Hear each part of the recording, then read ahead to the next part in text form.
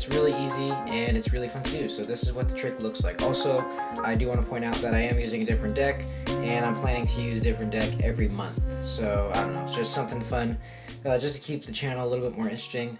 But if you're watching this in the future, you probably have no idea what I'm talking about. So this is what the trick looks like. And first, I'm going to show, or just quickly show off this deck, the Medallions deck.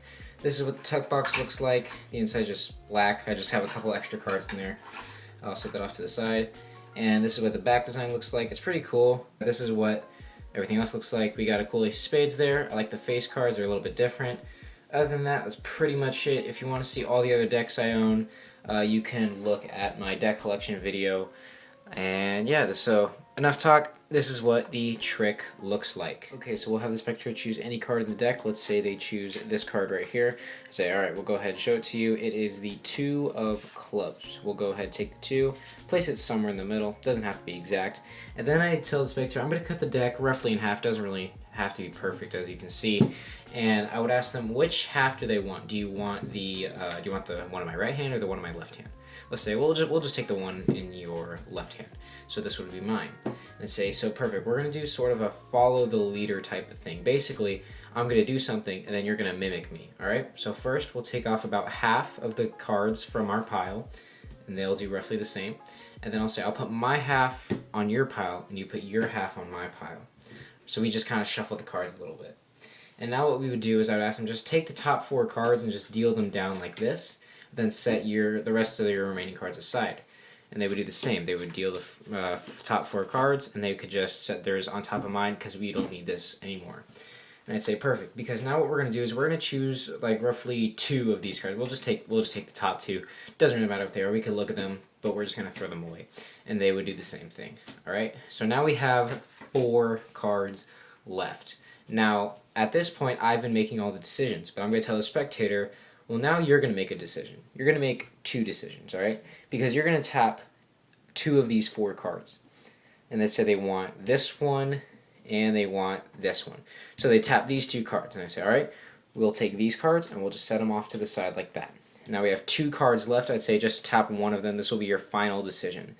And let's say they tap this one, and we would just set this one off to the side. And I said, all right, let's recap. You picked a card and we lost in the center. And then after that, we shuffled the deck a little bit, we mixed up our piles, and we dealt the top 4 cards. We just we threw 2 of them away at random, and you picked these 3 cards to get rid of, and then we're left with this one.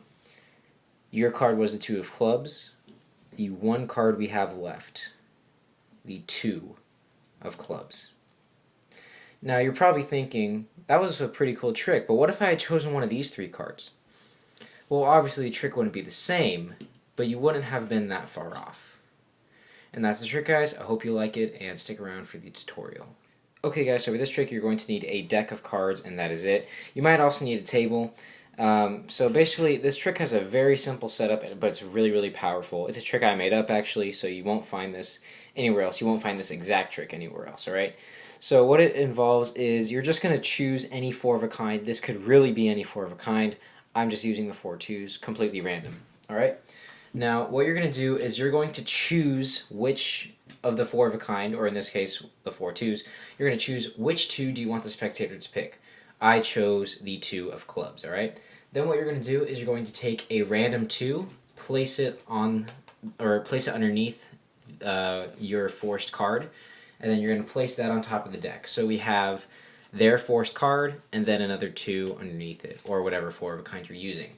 Then what you're going to do is with the last remaining 2 cards of your 4 of a kind, you're going to take one of them, I'll just use the 2 of spades, and you're going to kind of just go like that, all right? We can place it on top of the deck, and you're just going to go like that, very subtle. So now when I lose this card in the center of the deck, there's a little gap there of where that 2 was, all right? So you don't have to bend it super far up, like you don't have to crease it. You definitely do not want to crease it, all right? You just make it a little bit subtle like that. That's probably the max of what you want, because when you place the other, it's a pretty big gap. I'm not putting pressure on it right now. And these will not ruin your cards. You can easily just bend it the other way like this, and then it's pretty much back to normal. So, where is it? Right there. You're just going to give it a little bit, it's called a crimp.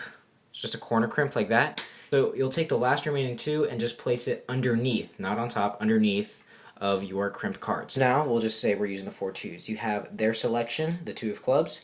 We have another random 2, and then where that crimp is, right, if I could get it right there, there's that crimp card, and then underneath it we have another random 2. You don't have to use the 2s, and you don't have to do the exact cards that I'm using for the same jobs, I guess. So now you can walk up to your spectator and begin the trick. You're going to say, we're just going to have you choose any card you want.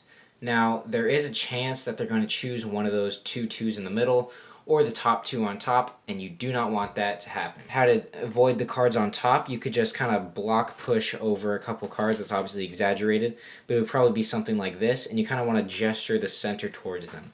But then you're left with a dilemma of them possibly picking those 2 cards in the middle. If you don't want that to happen, I would recommend just spreading over the top half and only showing them the second half, all right?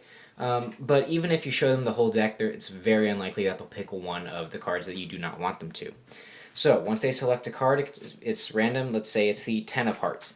And you in the trick would not know this card, but they're not even going to look at this card. So they're going to pick it out, and you probably want to say, now don't look at it yet. But I've noticed that spectators are kind of skeptical when you tell them that. So you could just say, just touch the back of a card. And if they start to pull it out, you can just remind them, no, just touch the back of it. So then they touch it, you take it out, and then you're going to do this little move here. As you're flicking with this hand like this, you're just going to push over and then get a pinky break underneath that card. So just push and come back like that. Very simple. And it's going to go at the same time, so it's a little bit of misdirection for the move you're doing right there. You could also just tilt your hand towards the spectator and do it. They won't notice it that way either, but you do not want to show them this card. So then you're going to put it on top. Now you have a break underneath the top 2 cards. So you can probably guess we're going to do a double lift.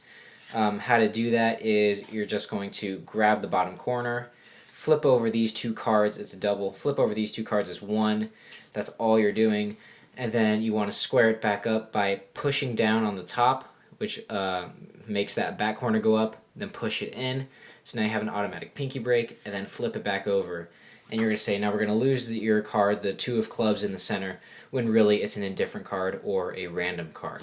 And when you lose it in the center, you don't want to have it go in between those 2 cards, so just put it near the top half or the bottom half. Now you can start with the actual trick. You're going to say, I'm going to cut the deck roughly in half, and you're going to look for that gap. Now you can see there's more than 2 gaps here when I'm not putting pressure down. You want to do this with a somewhat new deck and not an old deck, because as a deck gets older, there's more and more crimps and creases, and it's going to be kind of hard to pinpoint exactly where that card is. And this deck is pretty much brand new, and there's already a couple of gaps in there. So just get a pretty close to brand new deck when you're performing this trick, all right? So you're going to look for the gap, and it's this one right here, and you're most likely going to cut here. You don't want to cut here.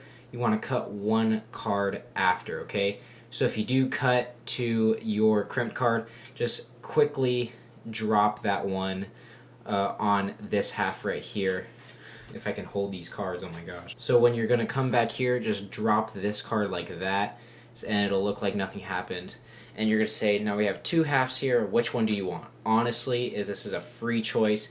You just have to keep track of which pile has their card. In this case, it's going to be the one in your right hand. So if they say right, give them the right hand. If they say left, give them the left one. We'll do left first, and then we'll do right later. They say left, and you say perfect. We're going to do kind of a do-as-I-do thing. So you're going to lift it about half, they're going to do the same, and you're going to tell the spectator all this, and you're going to say, I'm going to put my half on your pile, you put your half on my pile. Now what that did is you actually gave them their selected card, so now it's in their pile, all right? So now what you're going to do is you're going to say, we're just going to take the top 4 cards, and we're just going to deal them on the table from left to right. You don't have to specify left to right, because usually they'll do that anyway, but you do want them to deal left to right. Some people might just take the top 4 cards and set it down. You don't want that to happen, so if you do want to be perfectly safe, just say deal them down from left to right, and they'll go ahead and do that, all right? And then you can just place these on top of each other. So now what you have is you have their 2 of your 4 of a kinds on the bottom of this half of your half, and then you have their selected card and another random 2 on their half. Both of these are the bottom 2 cards. So you're going to say, now we'll just take 2 random cards. It doesn't really matter. We'll just take the top 2. And you want to make this seem like it's actually random when really you're picking these 2 on purpose because they're not the other 2s. So you're going to say, we'll just take these 2. It doesn't really matter. We'll just show them because we're going to get rid of them. And then they'll do the same. They'll take the top 2 cards. They can look at them. They'll usually look at them, but it's honestly okay if they don't. It doesn't matter. So now you have to keep track of where their card is. It's right here. It's always going to be on the bottom, all right? So you're just going to slide this one over, and you're going to say, now I'm going to give you a choice. You're going to tap 2 of these cards. Now this is called a Magician's Choice, where basically you always want to keep this card in for last. So if they tap these 2 cards, we'll say, perfect, we'll go ahead and get rid of these. If they tap these 2 cards, say we'll get rid of these. If they tap these 2 cards, we'll say get rid of these. If they tap this card, which is their selection, and another card, you're going to say, perfect, we'll go ahead and keep those, and we'll just throw these off to the side. Don't put them on top of the deck, just set them off to the side. And now this is still their card. You want to keep track of that. And you're going to say, now you're just only going to select one of them. There's multiple ways you could do this. Just say tap it or put both of your hands on it, and on the count of 3, lift one up. You can do it any way you want. If they tap this one, you'll say we'll get rid of this one. If they tap this one, you're going to get rid of it. Either way, you want to get rid of this card, okay? So let's say they tap this one. Say, okay, we'll get rid of this one. You recap the trick saying, you picked a random card, we lost in the middle, we shuffled it a little bit. And if you say we shuffled it, they'll believe that you shuffled it. They're not going to go back in your mind thinking, no, we didn't shuffle it. We just kind of cut the deck. If you say we shuffled it, don't emphasize, like we really shuffled the deck, because then you're drawing extra attention to it, and you don't want that to happen. So just say we mixed it up a little bit, and we took 4 cards, and just go over the whole trick, all right? And then you're just going to say, and we left off with this one card, your card, E2 of clubs. And they're going to freak out a little bit, and you're going to say, now I know what you're thinking. What if I had landed on the other 3 cards? And you're going to say, well, you wouldn't have been that far off. And you reveal that all of those are the other 3 2s, or whatever 4 of kind you're using. And they're going to freak out. They're going to lose their mind, and it's a really cool effect. Now, if they had chosen the other pile in your right hand, so it was something like this, like that, and then like that. So you're back to cutting the deck in half. And it was like this, I'm pretty sure. So their card is in your right hand, like that. And let's say they choose the right hand pile. Do not hesitate, give them the right hand pile. So now they have their card in their pile, but then you're automatically just going to switch it like that, okay? And then you're going to do the exact same thing, deal off the top 4 cards like this, and then deal off the top 4 cards like this. Do the exact same thing. Now, it may be easier for you to do it in your right hand. It's really your preference. The reason I like them picking my left hand is because that's how I made up this trick in the first place. So I'm just not used to them picking the right hand. But honestly, if you like the right hand better, by all means, be happy when they choose the right hand. But it really doesn't matter.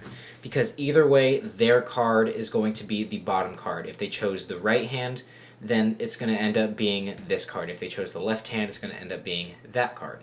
So then you're going to get rid of these 2 cards, doesn't matter what they are. Then you're going to get rid of these 2 cards, doesn't matter what they are. Then you're going to do Magician's Choice. This is their card. So let's say they tap these 2. We'll just set them off to the side, and they tap this one. You'll say, okay, we'll keep that, and we'll put that off to the side. And then that's their card. And then these 3 right here. This is a really cool effect, and I think you guys should definitely go and experiment with it, see what you can come up with. And yeah, that's the trick, guys, and I hope you like it.